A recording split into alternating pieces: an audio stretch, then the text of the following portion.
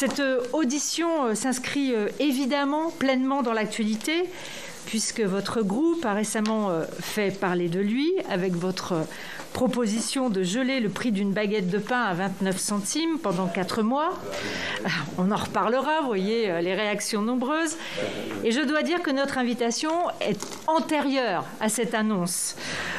Mais cet exemple regroupe plus... Ouais, je suis très bien informée sur la stratégie de communication du groupe Leclerc. Cet exemple regroupe plusieurs des axes qui sont au cœur aujourd'hui des préoccupations des Français. Et je n'en doute pas de nos échanges de ce matin. Le pouvoir d'achat et l'inflation, la rémunération, bien sûr, de l'amont agricole, qui est un sujet que nous traitons souvent dans cette commission, ou encore les nouvelles habitudes de consommation, notamment alimentaires. Mais avant d'aborder ces questions, je voudrais essayer de prendre un petit peu de recul. Et je crois que c'est important dans cette période préélectorale pour vous interroger sur les enjeux économiques qui devraient être débattus dans les semaines et dans les mois qui viennent.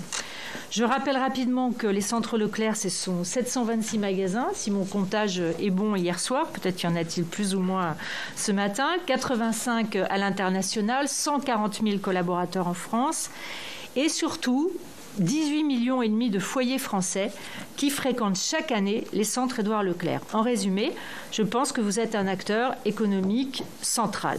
C'est à ce titre que j'aimerais vous entendre sur les enjeux des mois à venir. 3 thèmes: la souveraineté économique de notre pays, les conséquences économiques de la Covid et le pouvoir d'achat, bien sûr, des Français qui vont prendre, tous ces 3 thèmes, une importance pendant les débats.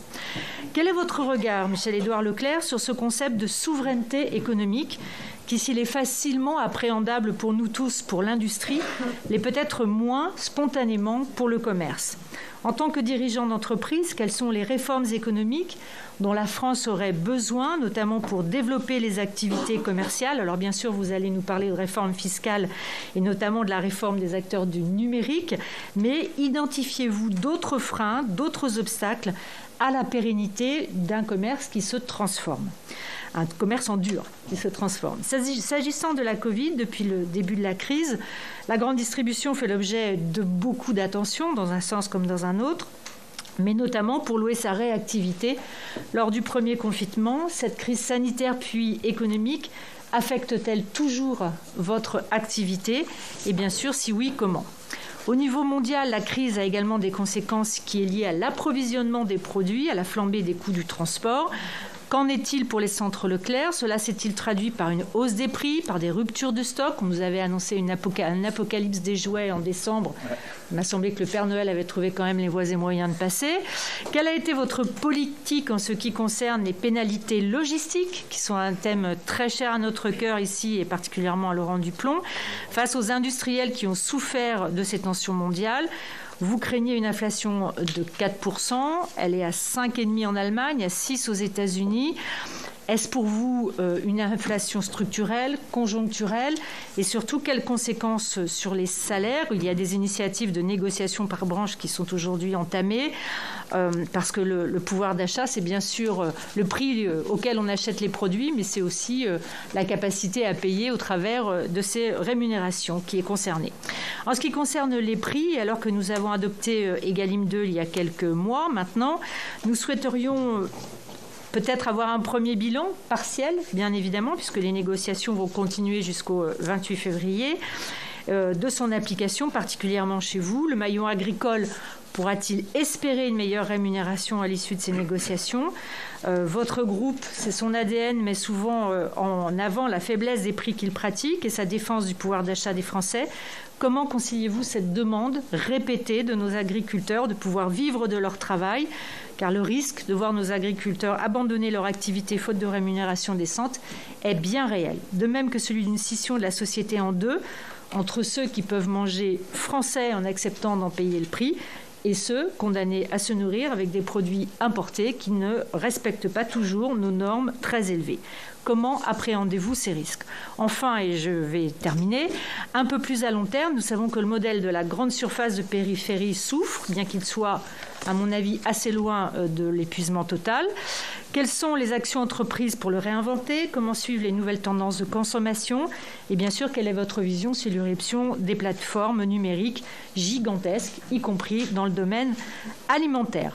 Voilà, Monsieur le Président, tous les sujets que nous souhaiterions vous voir aborder ce matin. Je vais vous laisser la parole pour un propos bien sûr liminaire, peut-être commencer à répondre là-dessus.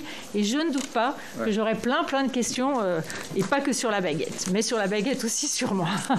Voilà, Monsieur le Président, nous vous écoutons. Madame la Présidente, j'appuie. Là. Ouais. Voilà. Madame la Présidente et vous tous, je vous présente d'abord Alexandre Tuaillon, qui est le directeur des affaires publiques des centres Leclerc, et néanmoins mon ami. On fait route ensemble depuis 7-8 ans. Je l'ai piqué à l'IRIS, l'Institut de recherche stratégique. Je l'ai piqué à Pascal Boniface à un moment où je voulais, à mon âge, reposer la question de l'utilité sociale de la marque, lancer une 3e génération de centres Leclerc. C'était bien d'avoir des points de vue extérieurs, sociétaux, pour réécrire le manifeste des centres Leclerc. En fait, on n'a pas trouvé... il est assez fruste, le manifeste initial élaboré dans les années 50, etc. Mais il fait sens encore aujourd'hui, puisque avant même la loi Pacte, et très avant la loi Pacte, mon père avait été influencé par des gens comme, qu'on n'enseigne plus, mais Capitan, Vallon, ceux qui ont alimenté les gaullistes de gauche, jusqu'à Seguin, Et donc mon père avait, dans son contrat, instauré 3 volets. Un volet pouvoir d'achat, défense du pouvoir d'achat, qu'on appelle après consumérisme. L'expression était fruste dans un contrat parce qu'il fallait être opposable. Donc en droit, il fallait plus mettre des choses concrètes que de la littérature. Associer les salariés aux fruits de l'entreprise par la participation et l'intéressement. Et aujourd'hui, c'est une règle majeure chez nous et qui nous a permis de bien passer dans cette période de crise et de manière homogène. Si vous allez sur Google, vous ne verrez pas beaucoup de contentieux, même prud'homaux, dans les centres Leclerc. Ça peut, outre une politique salariale qui se tient bien, on a un contrat qui amène tout centre Leclerc qui commence à faire des profits à en verser 25% à ses salariés sous forme d'intéressement, de participation. Enfin, il y a plusieurs régimes juridiques. Et donc, ça nous fait beaucoup de centres Leclerc qui versent 2 mois, 3 mois, 4 mois. Notre convention de branche, c'est déjà un 13e mois. Mais donc, on a des équipes qui durent. On a plus de 87% de CDI. Et en fait, on a une équipe homogène. On a près de 140 000 salariés dans l'enseigne, dans toutes ces entreprises qui sont indépendantes, parce que le 3e volet, c'est de rester indépendant, c'est de permettre à des entreprises familiales de rivaliser, non seulement avec leurs concurrents, mais de relever les défis de la modernité. Je suis né il y a 70 ans, en 1952. Quand mon père construisait son premier magasin, ma mère elle a pris des cours de comptabilité. Les commerçants de l'époque n'avaient pas accès à la comptabilité, n'avaient pas accès à la publicité. Ils étaient tous indépendants. Et à l'époque où Jean-Claude Jaunet revitalisait Unico pour en faire Système U, à l'époque où une femme comme Madame Catiard renouvelait le succursalisme, des groupes entiers déjà se sont reposés la question dans l'économie d'après-guerre, comment ne pas être un goulot d'étranglement alors qu'on industrialisait la France, qu'on allait vers le mass market, de ce qu'on appellera les 30 glorieuses. Et donc, dans ce parcours de presque 70 ans professionnels, enfin en tout cas d'accompagnement professionnel, on en a connu beaucoup des mutations et notre contrat a tenu la route. Alors cette crise, elle est intéressante parce que pour moi, avec mon vécu, pour mes collègues, Centre Leclerc, elle a surtout été un accélérateur de mouvement plus que créatrice de rupture. Le discours ambiant parle beaucoup de rupture. Les jeunes aiment beaucoup parler de rupture. C'est une manière de tuer le père, mais c'est un peu du freudisme primaire quand même, parce que en fait, l'arrivée des carrefours au milieu des années 60 à Sainte-Geneviève-des-Bois avec le one-stop shopping, venir avec sa voiture, faire des courses et tout. C'était dévastateur et pour les centres-villes et pour les commerçants des rues principales et des rues marchandes. Et même après l'arrivée des hard discounters d'origine principalement allemande, qui s'appelait déjà Aldi, Lidl, etc., avaient complètement déstabilisé les gammes d'hypermarchés qui étaient partis vers la montée de gamme et qui avaient un peu oublié toutes ces gammes premier prix et autres. Et l'arrivée d'Amazon aujourd'hui, ou des Amazones, en pleine période de crise, a été quelque part d'une compréhension facilitée grâce à la crise, parce qu'au fond, tout le monde s'est mis à parler de click and collect. Pour des raisons sanitaires, on avait peur d'aller dans le grand hyper.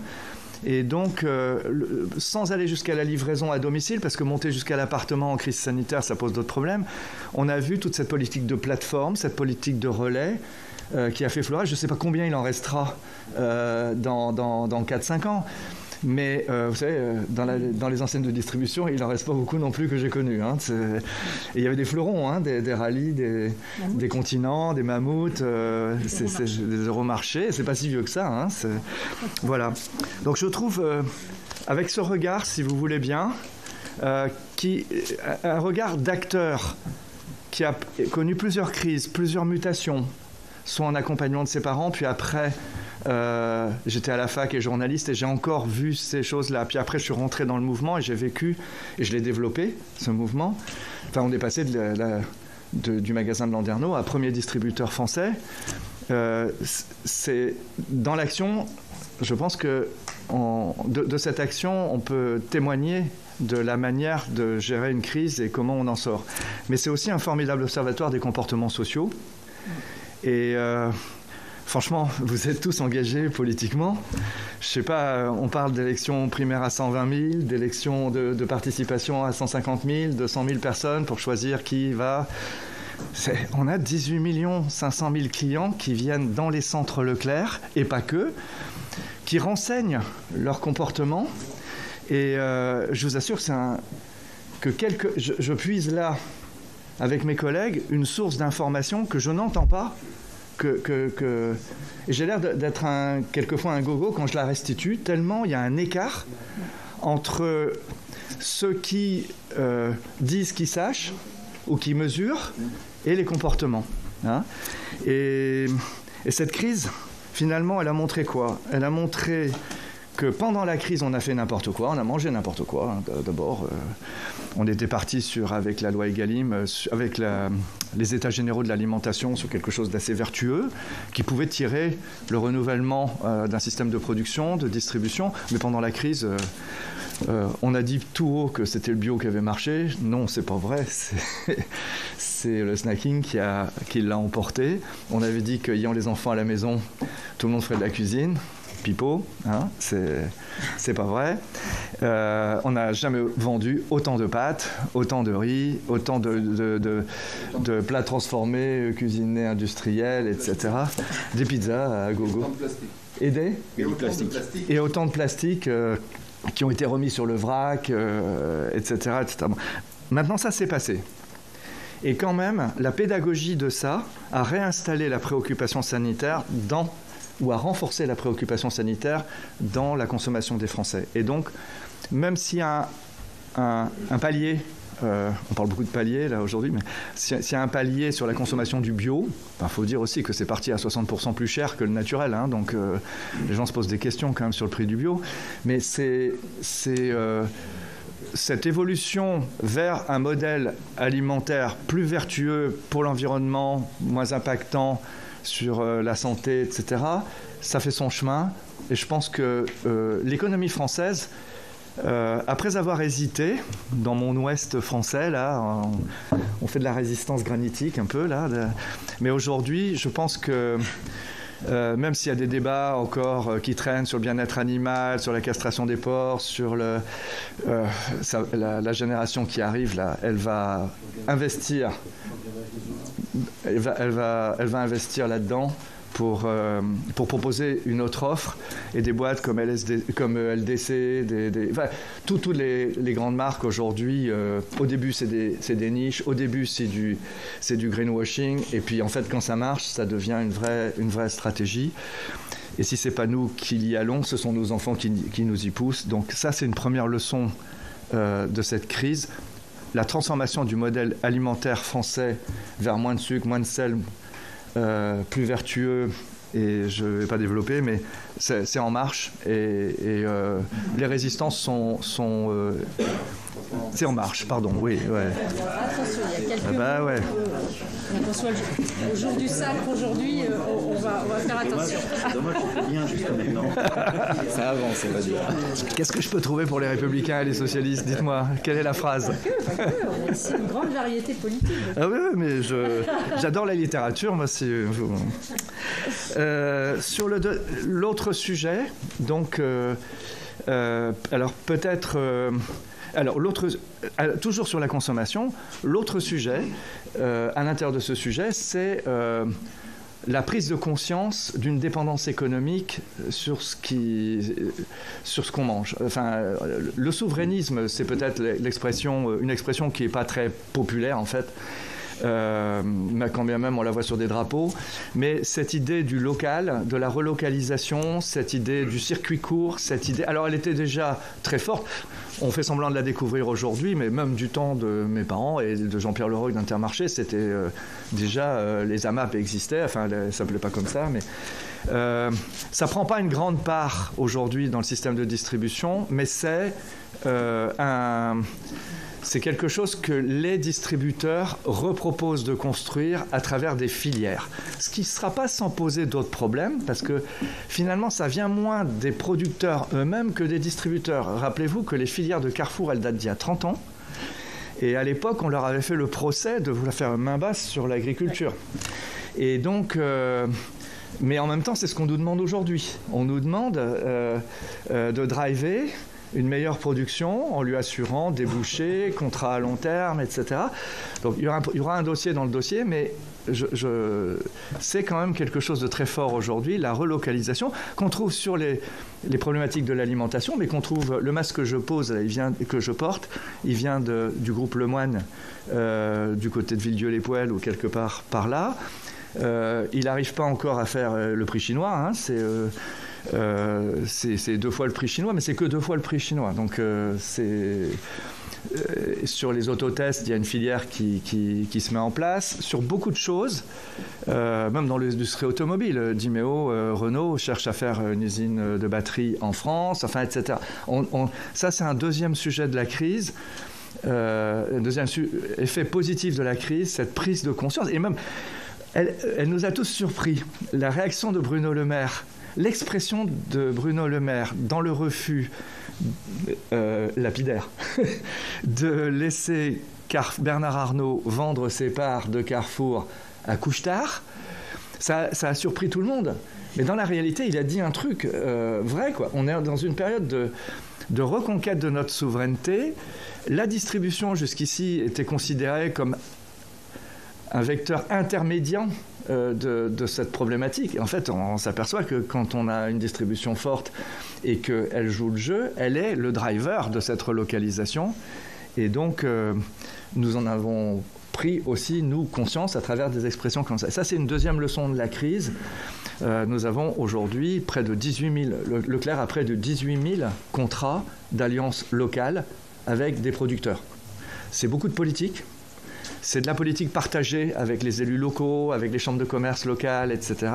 Mais c'est le début c'est une pédagogie et c'est le début d'une reconstruction de filières locales. Même dans le jouet, ça marche pas trop mal. Le troisième effet de la crise, c'est l'accélération du digital. Franchement, moi j'ai été favorablement impressionné de voir les professionnels de mon milieu qui parlaient tout le temps du centre-ville ou du petit commerce, etc. Eh bien, tout le monde est passé au minimum au click et collect et tout le monde a, pas forcément fait, mais tout le monde a... Personne n'est rentré en résistance contre la digitalisation. On a connu d'autres époques où ça aurait été l'époque de Sidunati, l'époque Poujade. Il y a eu une volonté de bien faire. Et d'ailleurs, des restaurateurs sont venus sur nos plateformes. Les plateformes ont proliféré presque ville par ville. À Caen, les restaurateurs étaient sur le site soit de l'Inter, soit enfin, il y a eu des Deliveroo, peu importe les marques, qui se sont créées à l'initiative de prestataires de services, avec regroupement d'indépendants qu'on n'aurait jamais imaginé regrouper. Hein. Et donc ça, c'est un côté quand même très, très positif aujourd'hui, parce que s'il est vrai qu'on va discuter de rapports fiscaux, de discrimination, sur la technologie, de la gestion des entrepôts, sur la technologie de la gestion de la logistique, la crise nous a fait basculer, petit ou gros, dans la remise en cause de nos systèmes. Les pharmaciens, quand on s'est mis sur les masques, n'avaient pas de masques. Okay, il y avait d'abord le système public qui ne savait pas comment expliquer qu'il n'y avait plus de masques, et donc le discours public était compliqué, vous en avez beaucoup parlé. Mais nous, à partir du moment où on a eu le feu vert pour aller chercher les masques, on a appliqué une logistique de produits non alimentaires classiques, et on les a eus assez vite. Et par contre, le système pharmaceutique, il était lié à ces grossistes qui lui-même, ou ces répartiteurs, qui eux-mêmes achetaient aux importateurs, qui eux-mêmes n'étaient pas dans la réactivité, qui étaient dans des flux organisés. Donc on aurait pu s'épargner beaucoup de querelles, on aurait pu acheter pour eux, on aurait pu... Mais ça, pour le coup, vous voyez, dans un groupe comme Leclerc ou chez Intermarché, au Système U, pour le coup, nos logistiques, on l'a redécouvert, étaient des logistiques de crise, quoi. Hein, Et dans la restauration, dans la prestation de services, on voit éclore énormément de services qui fait que ça se développe très bien. Pendant la crise, Leclerc est devenu un des premiers loueurs de voitures français. Moi, vous m'auriez demandé ça il y a 5 ans, j'aurais pas cru. On loue des Zoé à 4 €, on loue la petite Spring Dacia à 3 € à la journée. C'est parce que logistiquement, c'est hyper construit, c'est des choses que je n'aurais pas imaginé faire, même dans une volonté discount très développée. Donc ça, c'est important pour la crise. Dernier point, avant de vous laisser, qu'on échange, parce que je pense que vous êtes nombreux, c'est ça qui est intéressant, c'est l'accélération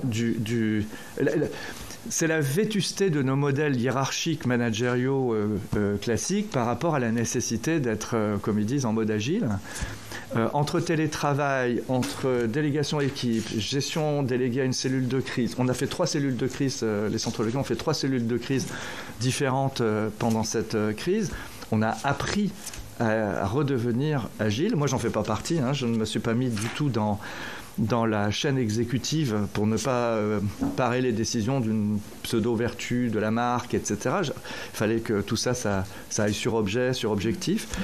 Et vous avez vu les autotests, comment on les a eus rapidement et en baissant les prix, quoi. D'ailleurs, nous ne savons toujours pas si dans quelques jours il va falloir arrêter de les vendre, et c'est pourtant le moment où on est en train de faire baisser les prix. Vous voyez, ça fait partie, on en a discuté. Donc ça, c'est une leçon de la crise aussi.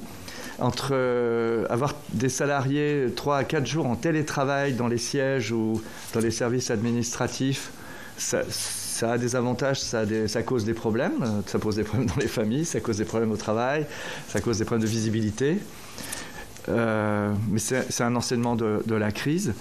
Et voilà. Donc dans cette période, Leclerc a surperformé. Je voudrais dire avec fierté que autant j'appréhendais, j'étais hyper angoissé en début de crise, autant j'ai vu d'abord tout le monde revenir sur le terrain, ramasser les mouchoirs par terre, ramasser les masques par terre. On a vu l'application des mesures sanitaires a donné des valeurs fortes à ceux qui étaient sur place, devaient protéger, devaient rassurer. Ils ont une part de voix qui est redevenue forte. Le terrain a pris beaucoup de poids par rapport au siège.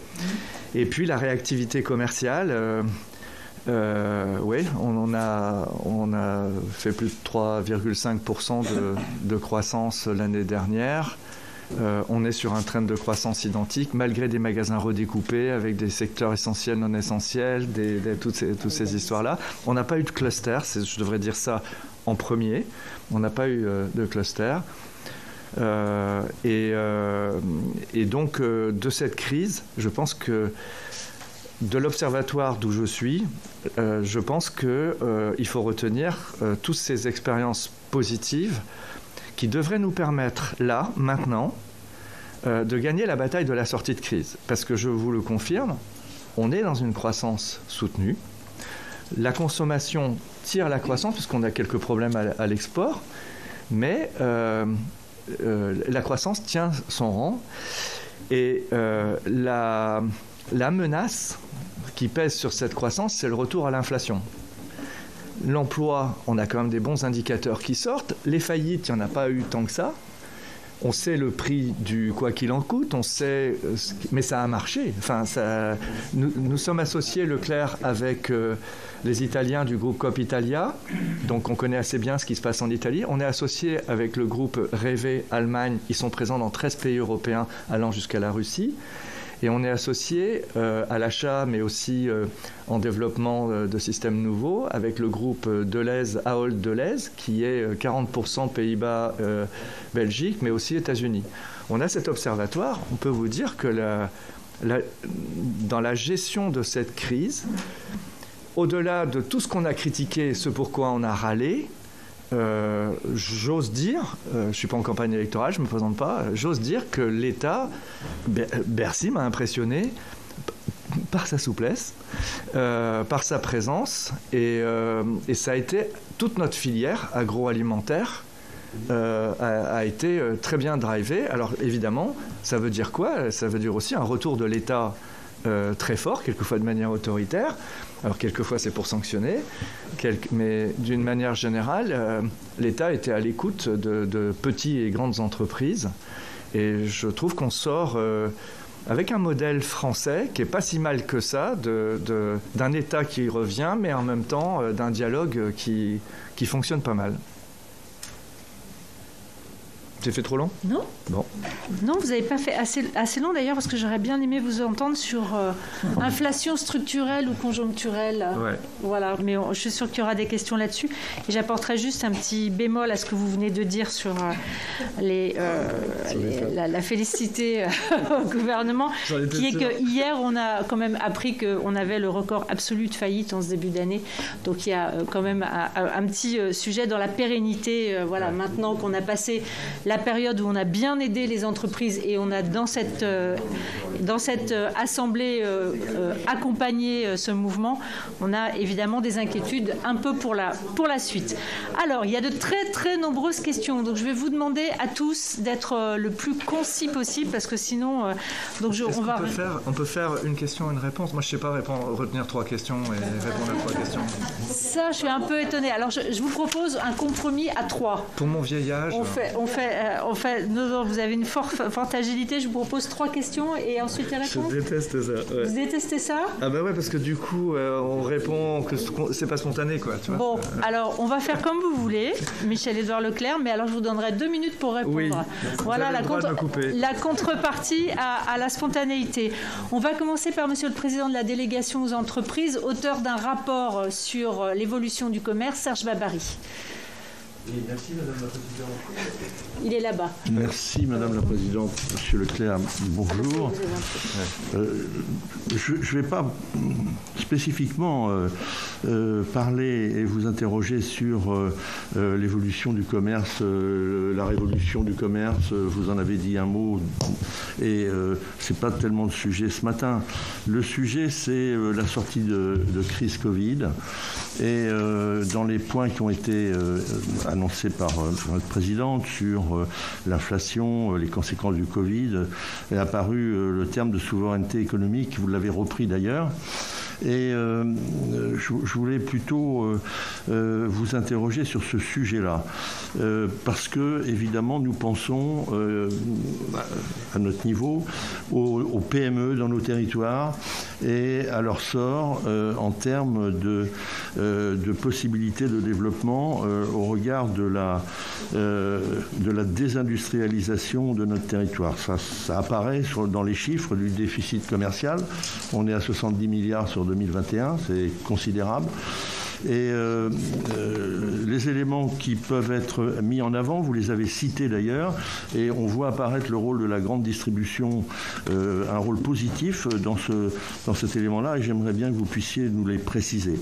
La relocalisation, les circuits courts, les filières, c'est les 3 points que vous avez mis en avant, bien entendu. Je pense qu'il faudrait que vous nous précisiez le rôle que vous pouvez jouer là-dedans. On est marqué par un certain nombre d'incidents, par exemple les entreprises à qui on a demandé de fabriquer des masques.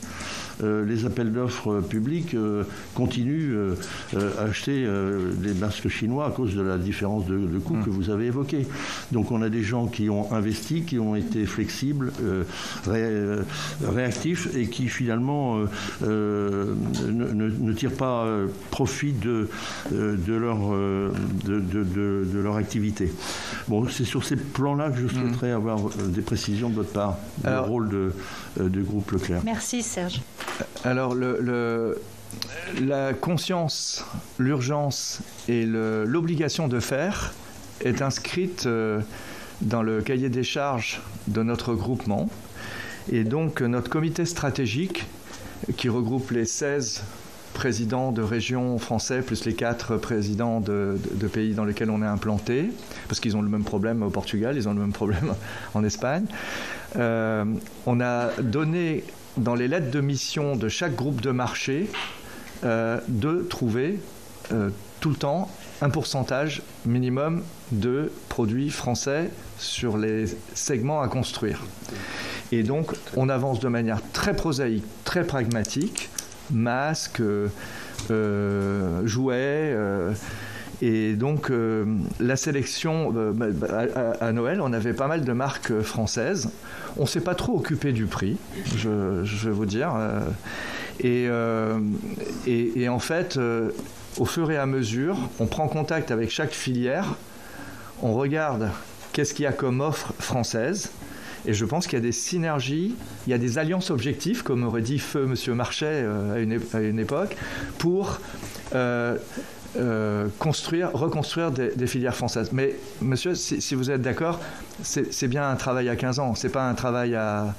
c'est pas maintenant. Ensuite, il faut, je pense, faire attention, on le fait émotionnellement ou politiquement, on associe toujours les PME à la reconquête du marché intérieur. Et nous, on a fait pareil avec les alliances locales.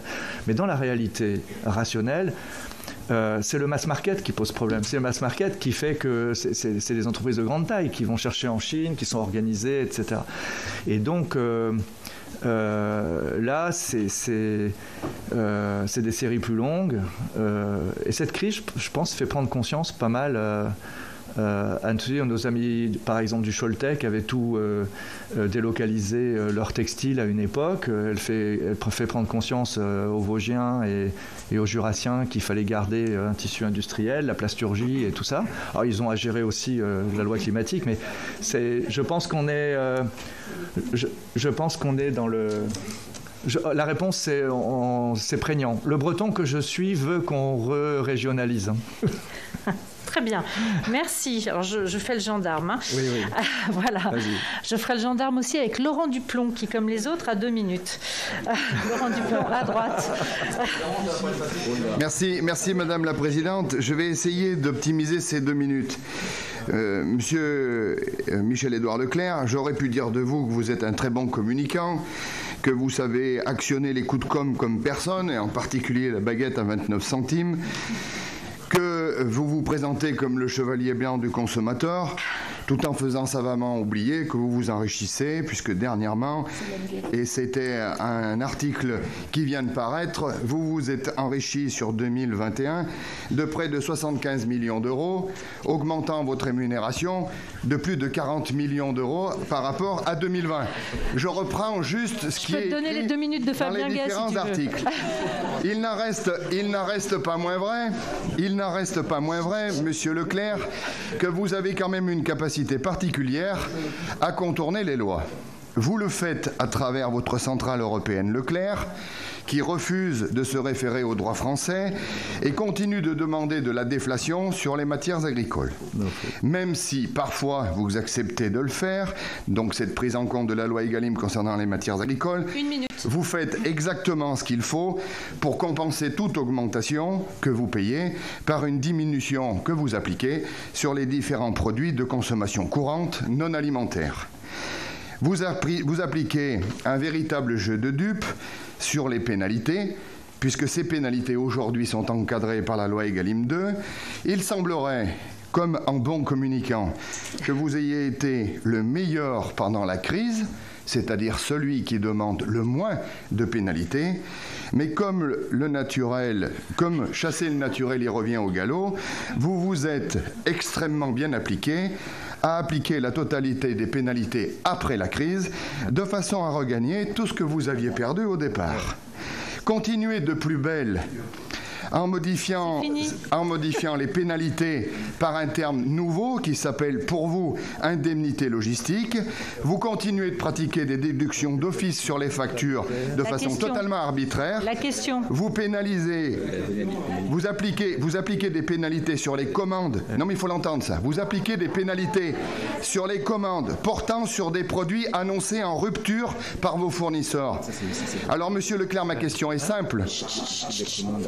Le respect de la loi est-il dans votre cahier des charges? Voilà. Michel-Édouard Leclerc. Alors,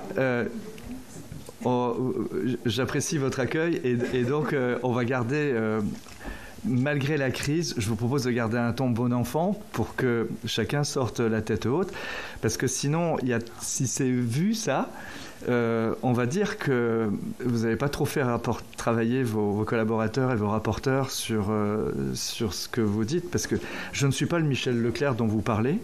Le Michel Leclerc qui est dans le top 10 des fortunes de Français, c'est Michel Leclerc avec un Q, moi j'en ai qu'un, et il est le fondateur de Decathlon. Et je ne suis pas ce Michel Leclerc là, d'accord? Et moi, je ne suis plus salarié des centres Leclerc depuis 5 ans. Mon patrimoine, je peux vous dire, il est à peu près l'équivalent d'un petit hypermarché. Et je paye bien mes impôts en France. Et donc, je ne suis pas ce Leclerc que tout le monde sort là sur les réseaux sociaux. Et quand bien même, enfin, on est bien d'accord.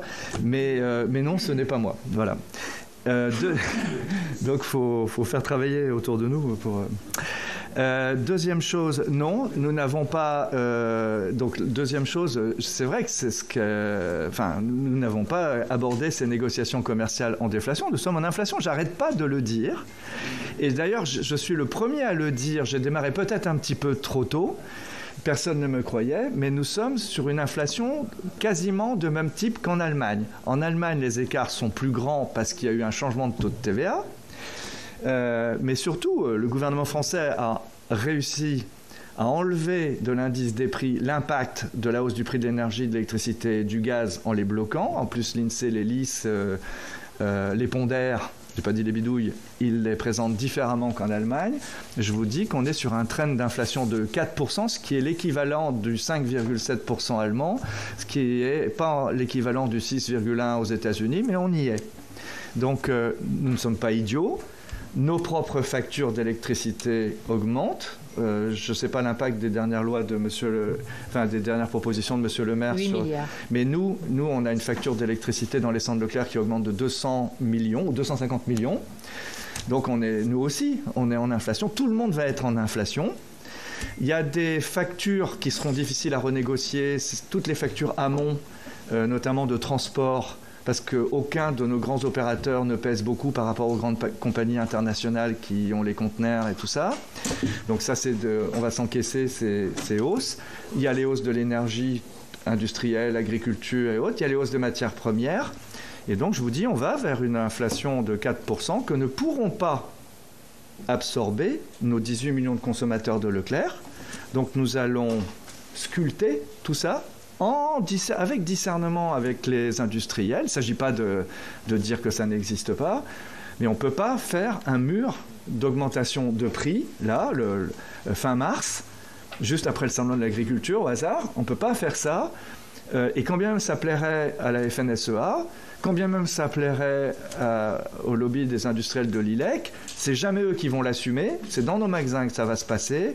Donc on va essayer d'être intelligent, on va essayer avec les grandes entreprises de le diluer. On va d'abord demander de la transparence. Hein. Sur les marchés de matières premières, c'est pas des industriels qui ont fait monter les prix, c'est des fonds. C'est des fonds qui investissent, c'est des fonds qui jouent, c'est des fonds joker, y compris des fonds d'État, y compris des fonds chinois. Donc ça monte, le blé redescend là. Hein, Donc voilà, je réponds à votre question. Non, nous n'abordons pas les négociations en déflation. Non, je ne suis pas ce Michel Leclerc-là. Ça va bien pour moi, mais je ne suis pas au 10e étage de Hyde Park. Et, pas lui non plus. C'est un nordique, alors forcément, il est en connaissance de contentieux de pénalité. La loi Egalim, on commence à rentrer dans les discussions. Les pénalités, elles ont été codifiées en CEPC, interprofessionnellement, et ça a été repris par la loi Egalim. Je suis désolé. Le législateur a accepté ou considéré qu'il fallait y avoir des sanctions dissuasives pour éviter des ruptures de chaînes logistiques, comme on en a connu, et on a fait jouer ça pour avoir nos jouets. Mais il n'y a pas de contentieux, il n'y a pas de mauvaise foi.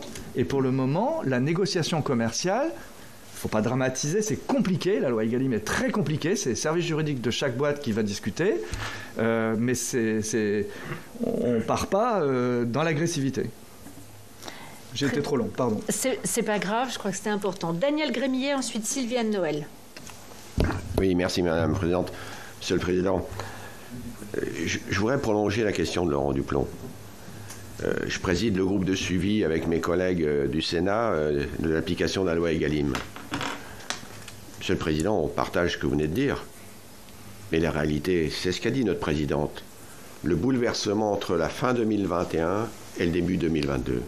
On rentre aujourd'hui dans la réalité économique.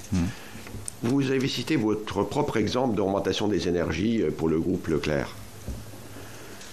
De ce que l'on sait, et je peux vous assurer qu'on sera très attentif sur la fin des négociations, mais les négociations sont plutôt complexes.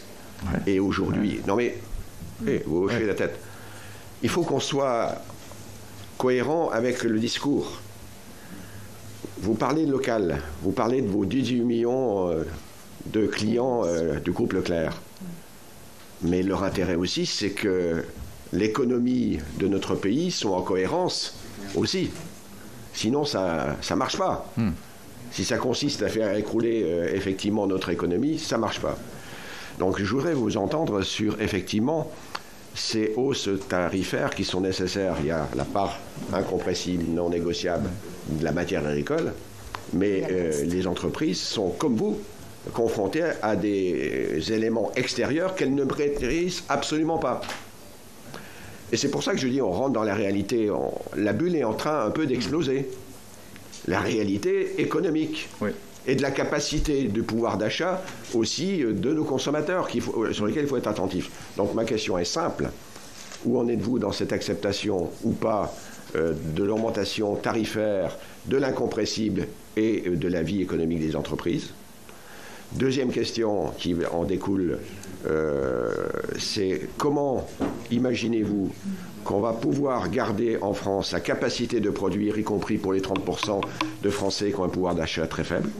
Donc il ne s'agit pas non plus d'externaliser. Alors je vois que Madame la Présidente, dernière remarque, Monsieur le Président, vous avez vanté la réussite du groupe Leclerc sur la voiture Zoé à 4 € par jour. Moi je voudrais vous interroger, pourquoi et comment l'échec de Leclerc sur la distribution d'électricité. Et enfin, puisque vous avez parlé des Vosges, je peux vous assurer que si vous voulez vendre local, il y a encore beaucoup de masques disponibles dans les entreprises textiles des Vosges. Merci Daniel. Vous êtes très concis, je vais essayer, c'est un bon exercice pour moi d'essayer de répondre, parce que vous avez posé beaucoup de questions pertinentes, mais Leclerc a été le premier, c'est un signal que je voulais que la FNSEA entende, que Julien de Normandie entende. Nous avons été les premiers à appliquer les hausses tarifaires sur les pâtes. On l'a fait discrètement. C'était 20% sur les pâtes nationales, les marques nationales, et 30% sur les marques de distributeurs. Je vous assure que si vous avez des amis qui sont commerçants, vous commencez comme ça le mois d'octobre, vous regardez quelle réaction. D'accord ? D'abord, première chose, on s'est fait épingler par le Parisien, donc tout le monde nous dit qu'il faut augmenter, les agriculteurs en soutien et tout ça.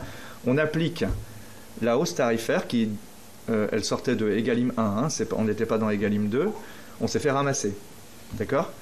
Et le prix des pâtes, le marché des pâtes aujourd'hui, parce que les concurrents ont fait la même chose, mais après nous, le marché des pâtes, c'est moins 20%. IRI ou Nielsen, c'est moins 20%. Donc, cette réactivité, on a tous reçu ce document de Nielsen, jusqu'où l'inflation pourrait-elle aller et quel impact. Je vous assure que, autant petit 1, oui, nous allons faire passer les inflations nécessaires. Petit 2, on a quand même les pétoches de ce qui va arriver.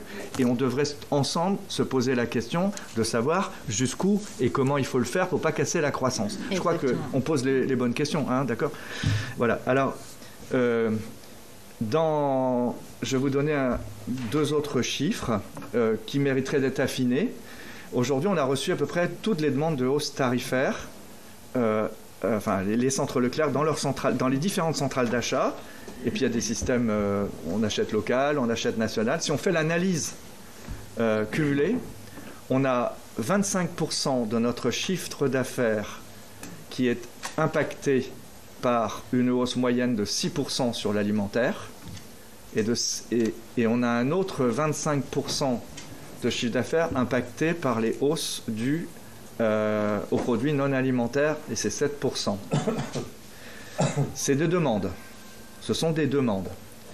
Sur la partie alimentaire, application d'Egalim 2, on va, première chose, demander de la transparence, mais il faut que vous sachiez que les fournisseurs, vous vous rappelez, ils ont 3 scénarios à proposer pour justifier de l'augmentation des produits agricoles. Ils n'ont pratiquement pas choisi celui de la transparence. 60% des... 90%, hein 90% option 3. 90% option 3. On doit se prendre les hausses et éventuellement aller chercher un tiers de confiance après, pendant je ne sais pas combien de temps. Ça va bien faire travailler l'emploi chez les consultants, ça. Et donc c'est pour vous dire que ça fait quand même un mur de hausse de prix. Donc j'insiste auprès du monde agricole, des sénateurs qui sont... très liés au monde agricole, nous allons appliquer ces hausses. Avec discernement, en faisant attention, hein, on va en discuter avec eux, de toute façon, parce que quand on est dans des contrats pluriannuels, on peut peut-être, ils n'avaient pas l'habitude de ça, on peut aussi peut-être lisser ces hausses, les précompenser d'un retournement du marché du blé, par exemple, au printemps prochain. Enfin, vous voyez, je ne suis pas technicien de la négo, il y a plusieurs manières de faire. Moi, mon souhait, c'est de ne pas opposer aux consommateurs un mur de hausse. Et c'est ce qui fait que, d'abord parce qu'on va me l'attribuer, on va attribuer à nos centres Leclerc, à nos intermarchés, à nos systèmes U, on va les attribuer ces hausses. On ne va pas les attribuer aux industriels, on ne va pas les attribuer à Fleury-Michon. Il n'y a pas un industriel qui va aller à la télévision pour dire « c'est moi qui fais augmenter les prix chez Leclerc ». Donc, à partir du moment où j'ai cette responsabilité auprès de nos 18 millions de clients, on va faire ça, mais en même temps, là où je ne suis pas d'accord, c'est quand on vient m'obliger à dire à la télévision que je vais augmenter les prix. Ce qui fait que moi, je vais augmenter les prix, c'est que je vais compenser. Je vais compenser sur mes marges, je vais compenser par des actions, je vais choisir des marqueurs de la consommation pour ne pas effrayer ou pour compenser. Et c'est pour ça qu'on vend de l'essence à prix coûtant. Et c'est pour ça qu'on a mis les masques à prix coûtant. C'est pour ça qu'on a mis les autotests en avant. C'est pour ça qu'on a mis la baguette. On n'a pas baissé le prix du pain. On l'a gelé pendant 6 mois. Il était déjà à ce prix-là. Mais il faut nous laisser gérer le rapport de confiance avec nos 18 millions de consommateurs pendant qu'on transfère cette valeur ajoutée en amont. Vous vous rappelez pas, vous êtes tous trop jeunes pour vous rappeler de Fernand Reynaud, mais on peut pas se mettre devant on peut pas se mettre devant un magasin en disant venez chez moi acheter mes oranges, elles sont plus chères. Très bien, merci Michel-Édouard. Je suis obligée de vous couper parce que la règle du jeu c'est que vous répondez vite, donc vous répondrez vite tout à l'heure. J'accepte l'autorité. Voilà. Comment? Ah oui, allez-y sur l'électricité. Allez. Moi, je suis cool avec les dames. Un bonus. Allez-y sur l'électricité. Alors, l'électricité, on a été les premiers à dire que c'était absolument dingue de nous lancer dans un marché qui n'était pas déconnecté, même marginalement, du prix du gaz. Et donc, on est parti sur des abonnements avec des abonnements alternatifs, soutenus par la Commission de l'énergie et la Commission européenne. Ça a très bien marché. On a eu 140 000 abonnés. Quand nous nous sommes aperçus que les thèses françaises de déconnexion du prix de l'électricité, du prix du gaz, des énergies fossiles, et ça ne marcherait pas, on a arrêté nos abonnements. Contrairement à ce qu'on dit, on a laissé personne en rade. On a démarré très très tôt, mais discrètement. Il n'y a eu personne de lésé dans nos contrats. Personne. Tout le monde se foutait de nous, mais maintenant, ils y sont tous. Voilà. Et nous, on n'a pas coûté à l'État. Très bien. Sylviane Noël. Merci, Madame la Présidente. Monsieur le Président, je souhaite vous interroger rapidement sur 3 questions, dont une partie a déjà été abordée par mon collègue. Donc pas de redondance. Parce Laurent que, Duplon, voilà, j'irai très vite. Sur le prix de la baguette à 29 centimes, pensez-vous sincèrement qu'il soit responsable et pertinent à l'époque où on cherche à revaloriser à son juste prix la rémunération des agriculteurs et peut-être à rappeler à tout citoyen que derrière un produit, quel qu'il soit, il y a des agriculteurs et des ouvriers qui doivent être rémunérés et pouvoir vivre dignement. Pensez-vous qu'il soit vraiment responsable d'afficher de tels prix aussi bas? Et puis, s'agissant des pénalités logistiques apparentées à des marges arrière, vous y avez répondu, donc je n'y reviendrai pas. J'aurais juste une dernière question. J'ai été particulièrement surprise de l'évolution de votre opinion au regard des contraintes sanitaires, des protocoles sanitaires imposés à vos magasins, puisque le 27 août, vous réclamiez la fin du pass sanitaire dans les grands centres commerciaux de plus de 20 000 m², alors que le 5 janvier dernier, vous déclariez sur CNews ne pas voir d'un mauvais œil, je vous cite, la mise en œuvre éventuelle d'un pass vaccinal à l'entrée de vos magasins, montrant même un certain mépris à l'égard des personnes non vaccinées que vous laisseriez ainsi à la porte, ce qui n'a pas manqué de faire réagir bon nombre de consommateurs qui ont appelé au boycott de vos magasins. Pouvez-vous nous apporter quelques éclaircissements sur ces variations pour le moins surprenantes? Merci. On peut commencer par ça. J'ai absolument pas de variation. Et vous avez raison. C'est nous qui avons l'année dernière fait des requêtes auprès des tribunaux pour ne pas avoir appliqué le pass sanitaire dans nos centres commerciaux, avec plus ou moins de bonheur, parce que dans certains cas on a gagné et d'autres pas. La difficulté n'était pas de trancher au fond, mais c'était très difficile pour des salariés de faire la police de gens dans les magasins. Je trouve que ce droit de police, cette obligation de police, c'était pas à nous de le faire, et ce faisant, je ne prenais pas parti. Et c'est très intéressant ce qui se passe, parce que je n'ai pas du tout dit ce que vous avez dit sur CNews. Non, Laurence Ferrari me demande, et si la loi passe, est-ce que vous l'appliquerez? La réponse est oui. Qu'est-ce que vous auriez dit si j'avais dit le contraire? Il m'est arrivé quelquefois d'être un peu fanfaron, mais j'ai dit oui, on applique la loi, et elle me dit, mais à ce moment-là, il y a 2 cas, il y a les gens que vous prendrez, qu'est-ce que vous ferez des autres? On ne les prendra pas, ils ne s'appellent pas tous Djokovic, mais on ne pourra pas. Et là, qu'est-ce que vous voulez que je dise? On me pose la question tous les jours que je vais à la télévision, donc moi, j'emmerde pas les gens. Je ne veux pas emmerder les gens, pas plus les boulangers que les agriculteurs que les anti-vax. Après, la fachosphère s'est mise à me chatouiller et à me caricaturer, j'ai compris qu'ils avaient besoin d'un mouton noir. On a hésité de savoir s'il fallait répondre ou pas, et puis voilà, quoi. Ça devient ridicule, quoi. Et donc, je vous assure, je respecte les libertés de tous. Je pense que le vrai courage politique eût été, si c'est justifié, de faire l'obligation vaccinale pour tout le monde. Après, je veux pas que nos salariés soient les policiers de l'utilisation du pass sanitaire. Ça va? Ouais. Ouais, je suis carré quand même. Alors, la baguette, c'est un peu... Je vais commencer pareil. C'est important quand même. Les réseaux sociaux, on regarde plus ce qui est dit. Tout le monde réagit avant même d'avoir lu. Hein? Alors, celle qui a été le summum, c'est Madame Lambert. Alors, je ne viens pas la chercher là à travers vous, mais en la regardant, elle m'attribuait des trucs qu'on n'a jamais dit. Alors d'abord, on n'a pas baissé le prix de la baguette. C'est le prix moyen qui était pratiqué sur ce pain-là, premier prix dans les centres Leclerc. C'était la campagne d'Intermarché l'année dernière. C'est pas mon intérêt de le redire dans l'immédiat, mais c'était le cas, et c'est dans ces catalogues. La baguette premier prix pain blanc dans les centres Leclerc, elle était entre 0,22 et 0,32. Il fallait faire une publicité nationale. On l'a mis à 0,29. Premièrement. Ensuite, j'ai pas été chercher les boulangers. La publicité n'allait pas chercher les boulangers. Et en plus, gonflée, elle dit que ça s'oppose à la revalorisation du prix du blé, mais on se les a enquillés, les hausses, dans le prix en question. On les a acceptées 2 fois, les hausses de prix des céréales. Donc aujourd'hui, moi, ce qui m'étonne, bah après, vous aimez pas. On vend aussi de la baguette tradition dans tous les hyper de France. On vend, mais on en vend des millions. Pour les 18 millions de clients. Non, dans les 18 millions de clients, mais Carrefour a à peu près le même nombre de clients, Auchan un peu moins. Mais on vend des gammes. Et c'est pas parce que, vous voyez, on fait des foires au vin. La foire au vin aujourd'hui, le vin moyen, c'est 7 €.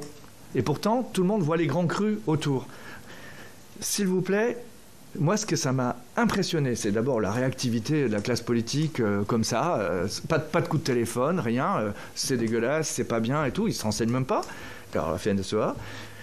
Et puis, donc, c'est un moment de notre époque où il faut savoir que les gens sont un petit peu dingues quand même. Hein, ça réagit vite. Et la deuxième chose, notre stratégie, elle est visible depuis plusieurs mois face au retour de l'inflation, c'est de rassurer nos consommateurs sur des produits qu'on appelle des marqueurs, dont ils connaissent le prix, et donc dont nous avons décidé de bloquer ces prix, parce que par ailleurs, tout le mur du fond de rayon va changer.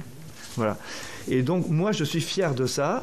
Moi, mon électorat, vous avez tous vos électorats. Moi, mon électorat, c'est ces 18 millions de personnes qui sont chez moi, et qui viennent faire leur cours chez moi, et auprès desquels je suis redevable d'augmenter le prix des produits agricoles français à cause de la loi et parce que c'est bien, ouais, je l'ai dit, hein.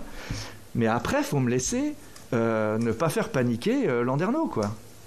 Merci Michel-Édouard. Evelyne Renaud-Garabédian en visioconférence, ensuite ça sera Bernard Buis. Merci Madame la Présidente. Monsieur Leclerc, la loi Climat et Résilience a prévu un affichage environnemental obligatoire pour les produits textiles d'habillement ainsi que pour les publicités correspondantes. Cette obligation interviendra après une période expérimentale d'une durée maximale de 5 ans qui débute le 22 février prochain. En décembre dernier, votre enseigne a annoncé essayer différentes méthodes pour mesurer l'empreinte environnementale. Il s'agit d'un chantier d'ampleur, Leclerc étant le premier vendeur de vêtements en France avec 6,9% de part de marché en volume. Est-ce que vous pouvez nous préciser quelles sont les méthodes expérimentées pour calculer l'empreinte environnementale de vos productions ainsi que le calendrier d'évaluation que vous avez prévues. Merci de votre réponse. Merci Evelyne. Pour le détail, on vous transmettra une note si vous voulez bien, parce que ce n'est pas forcément mon sujet sur lequel je suis le plus compétent, mais sur Tisaya, notre marque, puisque nous avons la maîtrise des cahiers des charges, nous travaillons sur l'information, sur la localisation, enfin toutes les informations que vous avez souhaitées, on va essayer de les mettre en place. Toutes les cases des problématiques sont cochées. Le timing, je peux vous en raconter un, mais je peux vous envoyer en 2030, mais on va le construire. Alors comment on dit déjà? En marchant? En avançant. Mais on va dans le sens sur lequel vous avez travaillé, madame. Ouais. Très bien, on note qu'on aura un petit peu d'informations supplémentaires. Bernard Buis, ensuite Pierre Louot. Vous êtes très nombreux, hein, donc... Merci, Présidente. Je vais être très rapide puisque ma question a été traitée. C'était la même que notre collègue Evelyne Renaud-Garabédian. Donc, merci. Ah, merci Bernard, formidable. Ça me fait sauter aussi la réponse. Pierre Louot, ensuite Michel Bonus. Je reparle un peu de la baguette. Tout simplement, la crise a aussi démontré que pendant cette crise, les Français manquent de lien social. La boulangerie reste un des liens privilégiés, y compris dans les villes où les étudiants vont acheter leur sandwich, vont acheter un certain nombre de choses. Je trouve dommage, je suis un client Leclerc et pendant un certain temps je mets Leclerc à l'index, je vais au Super U et non plus au Leclerc à cause de la baguette. Et je trouve dommage, vous qui êtes un homme de terrain, de ne pas prendre plus d'attention au lien social. Si vous vouliez faire gagner du pouvoir d'achat à vos clients, réduisez de moitié vos marges sur les viandes transformées telles que le pâté. Et là, vraiment, vos clients auraient retrouvé du pouvoir d'achat. Merci. Plus de pain que de pâté. Ouais. Michel et tout. Il ne faut pas manger trop de pâté ni trop de pain quand même. Vous voyez, vous répondez en politique, mais pas en tant que consommateur, si je puis me permettre. Mais non, parce que si vous étiez consommateur dans un centre Leclerc, vous auriez déjà vu cette baguette. Et en fait, c'est le fait que tout d'un coup, quelqu'un vous met l'accent dessus, et tout d'un coup, émotionnellement, parce qu'il y a eu une polémique avec les boulangers, mais les boulangers, il n'y avait pas de polémique avec eux, vous voyez. Et donc, après, il faut savoir qu'en cette période préélectorale, et puis on a aussi des élections corporatistes, enfin, etc., dans les chambres de commerce et tout le monde fait son petit chou gras de cette polémique. Donc moi, ça me fait du mal parce que la boulangère de mon village, je l'adore, pour ne pas dire plus,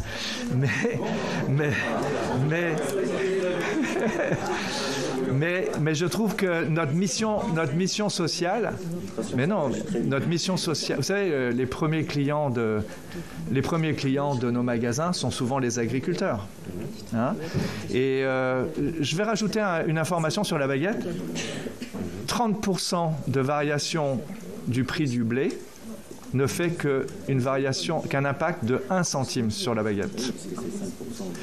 30%, 1 centime. Donc qu'on arrête de faire tout ce cinéma en liant le prix de vente à la rémunération de l'agriculteur.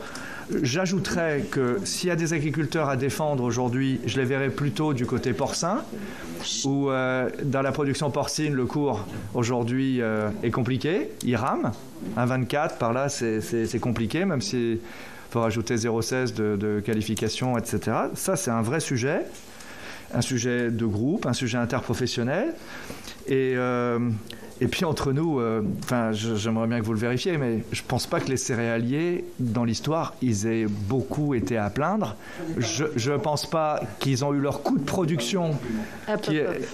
On parle d'Egalim 2. Je ne pense pas que l'augmentation des prix du blé vient de Egalim 2. On est bien d'accord. Ce n'est pas l'augmentation des coûts de production des céréaliers. Et à ma connaissance, ils sont parmi les premiers bénéficiaires des subventions européennes. Alors, voilà. Donc, je ne veux pas dire du mal des céréaliers, mais je trouve que ce n'est pas bien d'opposer les céréaliers aux consommateurs ou de culpabiliser les consommateurs par rapport à ça. Ok, j'accepte le côté pagnol ouais. Et en bonne francilienne, Michel-Édouard Leclerc, je vous dirais que ce n'est pas bien d'opposer les céréaliers aux autres agriculteurs. Michel Bonus, ensuite Guylaine Pintel. Merci Présidente. Et le droit de police n'est pas évident pour personne, monsieur le Président. Le droit de police n'est vraiment pas évident pour personne, surtout en ce moment. Simplement, avec mes collaborateurs, nous avons téléphoné aux producteurs locaux de mon département, le Var, pour travailler, qui travaillent avec vous. Nous avons de bons retours. Ouais. Non seulement ils sont considérés, et les personnes qui sont entrées ont vendu leurs produits au juste prix. Donc il faut être... on a fait passer plus de 18 coups de téléphone. On a eu 18 fournisseurs qui nous ont dit que maintenant, avec les chefs de rayon et les directeurs, c'est pas évident. Par contre, je soulèverai dans le cadre de l'alliance locale. Dans le département du Var, depuis 2 ans, nous avons fait l'alliance locale. Et ma question est la suivante. Est-ce qu'on sera bien mis en valeur et est-ce qu'elle va revenir? J'ai pas bien compris. Si comptez-vous impulser la mise en place et le maintien des alliances locales qui vont être dissoutes, notamment dans le Var? Voilà. Oui.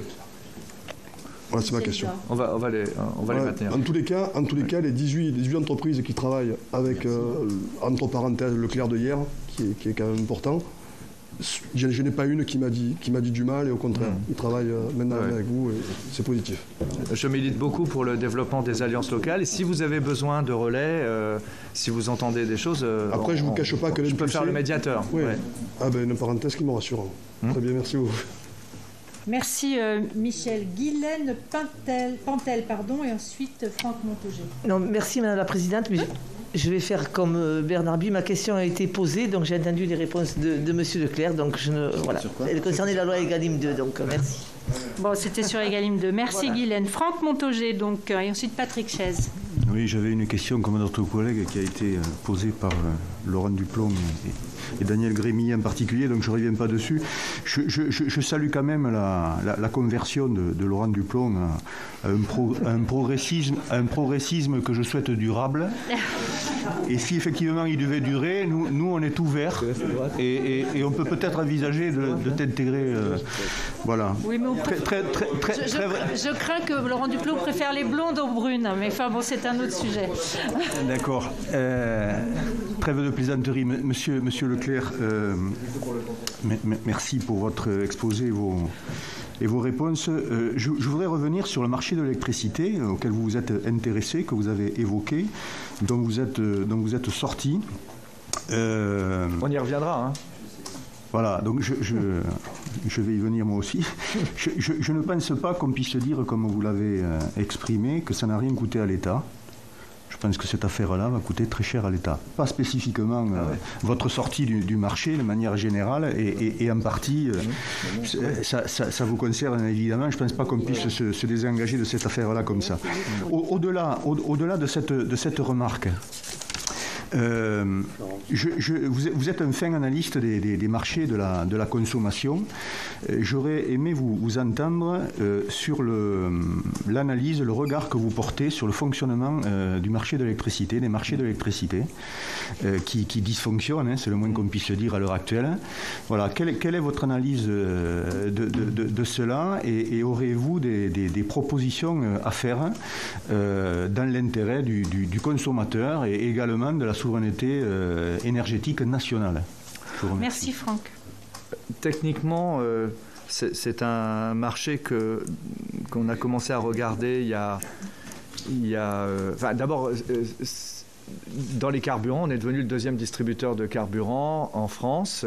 On approvisionne même Système U, Leclerc. Hein, on a une société commune, la RATP. On est un gros opérateur sur le marché. Et c'était mon premier combat quand je suis rentré dans les centres Leclerc, puisque je vous rappelle que ma première...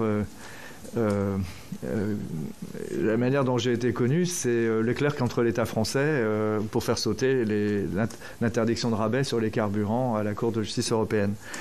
Après, on s'est intéressé au marché des économies d'énergie.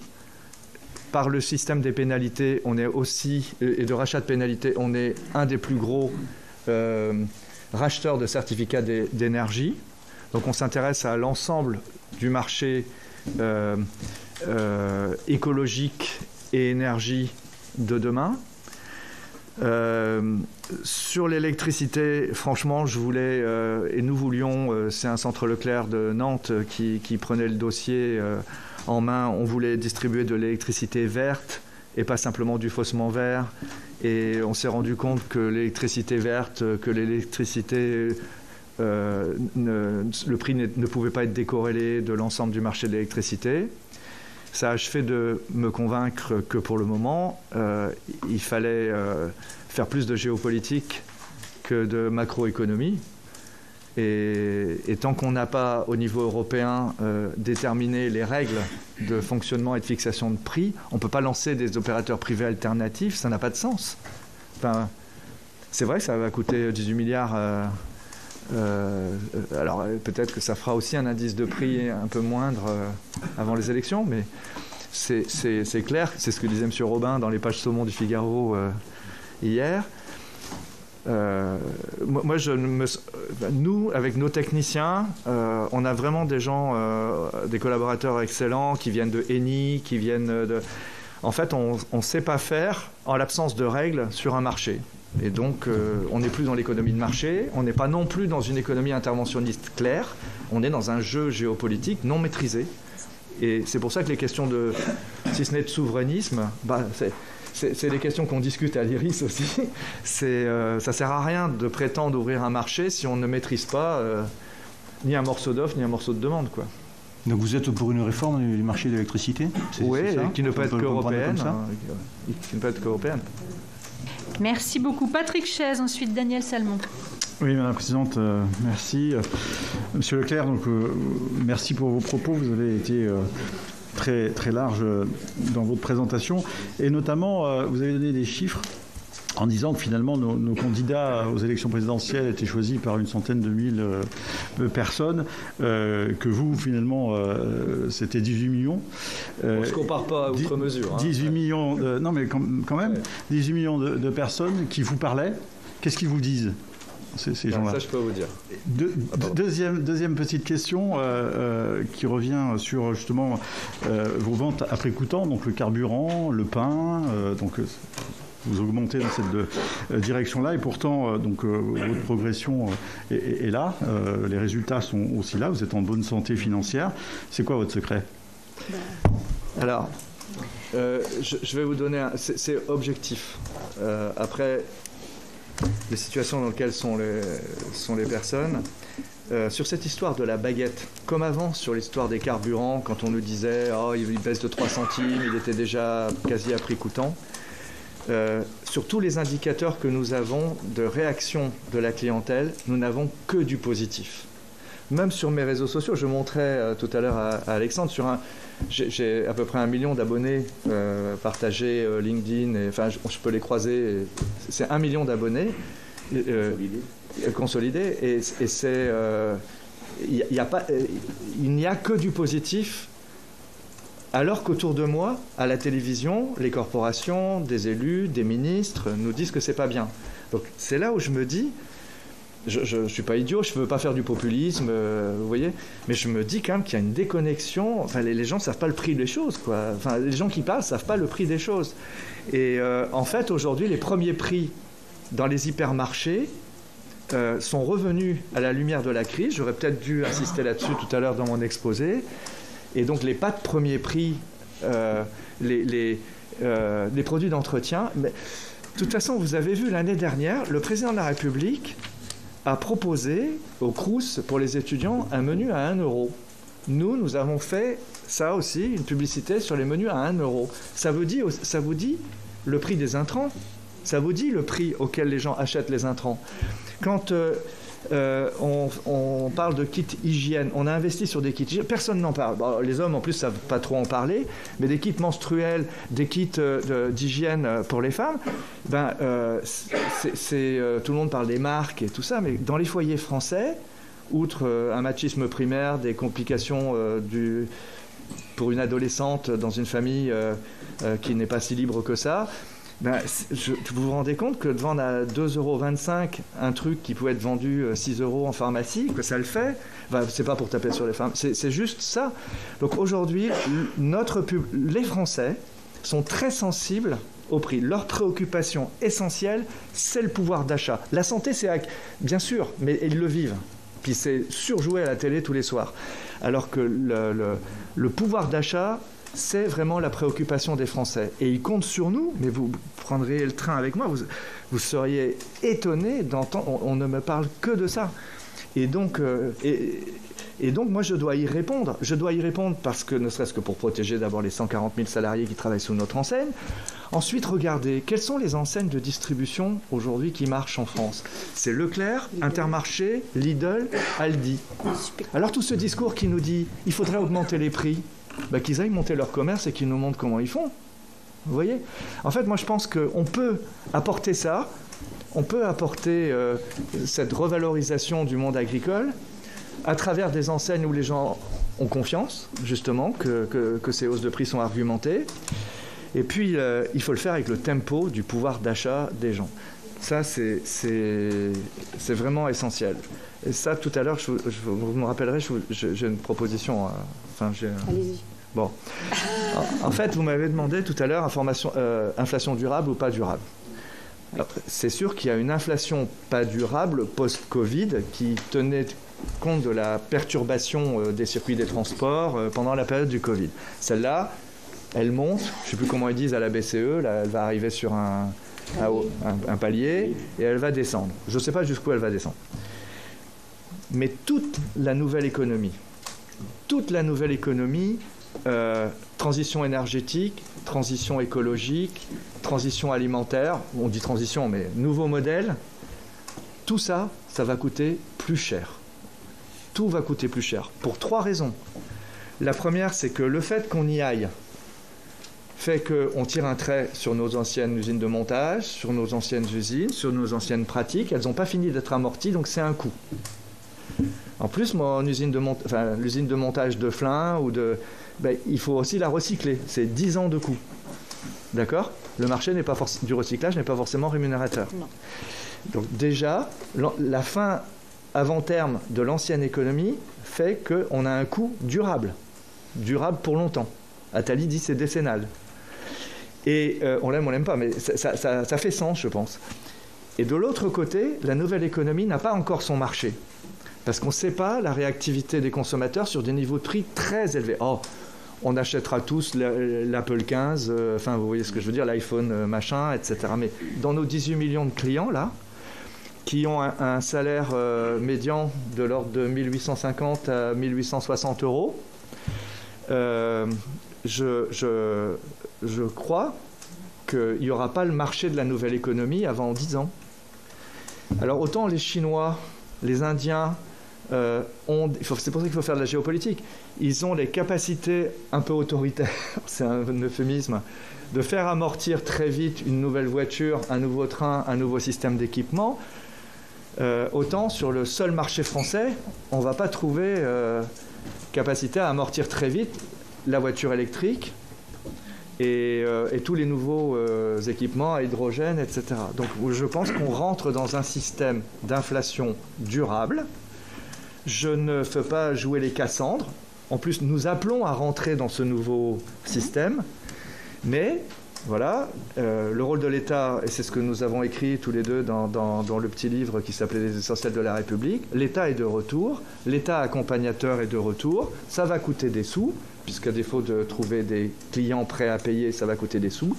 Mais j'insiste, nous distributeurs dans ce rôle-là, on va être des passeurs, mais on ne sera pas capable, et je ne le voudrais pas, mais on ne sera pas capable de multiplier les prix par... de 5% par an. C'est pas faisable. Regardez la difficulté de l'économie américaine aujourd'hui à 6%. C'est énorme. Et les salaires, même si vous mettez des primes, même si vous mettez des chèques, pour le moment c'est un moindre mal, d'accord, et c'est déjà bien qu'il y ait quelque chose. On peut critiquer la forme, je ne sais pas comment c'est financé, comment on le rattrapera après, mais sur le coup, il y a une intention de l'État protecteur qui accompagne. Mais ce n'est pas à la hauteur des enjeux. Alors, vous avez discuté du 100 euros, du chèque 100 euros pour la hausse de l'électricité, mais c'est tout l'alimentaire et tout ce qu'on vend dans un hypermarché qui va augmenter du même montant. S'il vous plaît, vous avez le droit de nous critiquer et je prendrai des leçons dans vos critiques, mais je pense que mon métier, ma mission aujourd'hui, c'est de faire en sorte que l'État n'ait pas à faire de chèques pour chaque secteur et qu'à travers une politique de prix plus consumériste, les distributeurs limitent la casse. Et c'est quoi votre proposition, Michel Jacques? Vous aviez dit que vous voulez faire une proposition. Déjà, je pense qu'il faut rétablir des politiques de concurrence. Toutes nos discussions depuis 3-4 ans sur Egalim, on est en train de discuter entre nous. On discute d'ententes faites par des privés pour que l'État ne décrète pas des prix minimums ou voilà. Donc depuis 2015, on discute de ça. Franchement, très bien. 45 ans de métier, j'ai jamais vu. Pendant ce temps-là, tout le secteur sélectif, les Nike, les Adidas, les téléphones portables, ils sont tous vendus au même prix. Ça inquiète personne, pas l'autorité de la concurrence et tout ça. On pourrait peut-être, pour le coup, donner un coup de main aux producteurs de porc avec, je sais pas moi, 2 ans avec obligation écologique derrière. On pourrait peut-être supprimer du coup nos histoires de nitrate en Bretagne. Une entente sur 3 ans pour qu'ils s'investissent dans ces systèmes-là. Enfin, franchement, pourquoi est-ce qu'elle serait moins éligible intellectuellement et politiquement et qu'on laisse se faire tout le secteur du luxe au même prix, quoi. Je ne comprends pas. Il nous faut une politique de concurrence, mais quand ça ne marche pas et quand le marché ne marche pas, comme l'électricité et autres, on fait de la régulation. Très bien, puisque vous parlez d'écologie, je vais donner la parole à Daniel Salmon. Vous êtes encore 11 à poser des questions, donc voilà, Daniel Salmon. On a pris la journée. Oui, mais pas nous, parce qu'on a une proposition de loi derrière à étudier. Voilà. Merci Madame la Présidente. Monsieur Leclerc, vous venez de parler de porc. Vous croyez, comme beaucoup d'entre nous, à la valeur travail. Il y a aujourd'hui les paysans qui travaillent 15 heures par jour et qui n'arrivent pas à vivre dignement de ce travail. 56% des exploitations ont disparu, des exploitations agricoles ont disparu en 25 ans. Est-ce que vous ne pensez pas que vous avez une part de responsabilité dans ce désespoir du monde agricole? Vous parliez également de souveraineté. Notre balance commerciale n'est pas au mieux, on ne peut pas dire. Qu'est-ce que vous pensez des traités de libre-échange qui aujourd'hui, vous parliez de concurrence, mettent en concurrence tous les producteurs, tous les travailleurs du monde entier. Donc j'aimerais bien avoir votre vision là-dessus. Et dernière petite question, qui n'en est pas une petite d'ailleurs, nous savons que les défis qui sont devant nous, les défis climatiques en particulier, nous obligent vers une politique de frugalité et de sobriété. Comment voyez-vous la grande distribution et le groupe Leclerc entrer dans une politique de plus de frugalité et de sobriété et sortir d'une certaine forme de consumérisme qui nous a menés là où nous sommes aujourd'hui? Merci. Merci Daniel. Ça, c'est déjà 3 questions en un. Oui. Nous achetons notre porc à 97% français. Nous l'achetons à Plérin quand tout le monde au marché de cotation, quand toutes les autres se sont barrées. Et nous sommes et Leclerc est celui qui achète le plus cher à Plérin. Comment? Dit Alain Cadec. Voilà. Et donc, chers compatriotes, nous sommes en discussion aujourd'hui avec nos outils de production, avec Kerméné. On vient de signer un accord avec les AOP pour la castration des cochons. Face au bien-être animal. Le dialogue est bon, mais c'est vrai que le cours ne paye pas. Donc, la discussion qui ne peut pas être publique là, mais qui rassemble les hommes, c'est comment on peut faire monter le cours. Après, excusez-moi, c'est moi qui suis embêté après. Parce que... Oui. Ouais. Mais vous voyez, quoi, il y a une volonté de bien faire. Et sur la transition, la sobriété... Oui. Traité de libre-échange, sobriété, s'il vous plaît. Alors... il y a sobriété, frugalité. D'abord, ça ne peut pas être une frugalité et une sobriété imposée. On n'est pas en Chine, on n'est pas en Russie. C'est pas moi qui vais vous dire comment vous allez, combien d'enfants vous allez faire, qu'est-ce que vous allez faire, etc. Enfin, c'est pas encore moins un privé, quoi. Bon. Donc, oui, la consommation est arrivée... Il y a eu trop de gaspillage, il y a eu trop d'atteinte. Il faut la consommation, il faut qu'elle devienne au sens étymologique plus conservatrice. Vous voyez, c'est un mot qui est connoté politiquement, mais il faut qu'on conserve. Et on a fait fructifier, mais on a beaucoup gaspillé. Et c'est pas simplement les comportements individuels, c'est le mode de consommation. On peut évoquer ça. Aujourd'hui, par exemple, nous travaillons beaucoup sur l'économie circulaire et nous travaillons beaucoup sur la récupération. Leclerc a lancé un concept d'occasion qui marche bien. Hein. On en a une quarantaine. Soixantaine, ouais. Système s'y est mis aussi. Il y avait le Bon Coin, quoi, avant aussi. C'est des choses qui nous amènent à regarder le prolongement de la durée de vie des produits et derrière des habitudes de consommation. Le seul truc que je vois, qui est compliqué, c'est que dans l'approche de la nouvelle économie, par exemple les voitures, là, on ne sait pas quel est le modèle qu'on pourrait faire durer, parce que vous voyez, on est un mélange aujourd'hui d'hybride, on parle d'hydrogène, on voit bien la limitation. On va prendre moins la voiture pour aller en ville, on va prendre plus de transport collectif, mais il n'est pas sûr que le modèle soit encore économe de ses intrants. Hein, mais je partage ce besoin de consommer moins ce qu'on n'a pas à consommer, quoi. Ouais. Les accords de libre-échange. Je suis pas sûr d'avoir la réponse à... Accord de libre-échange. Ouais. C'est ici que c'est vous les faiseurs de ça.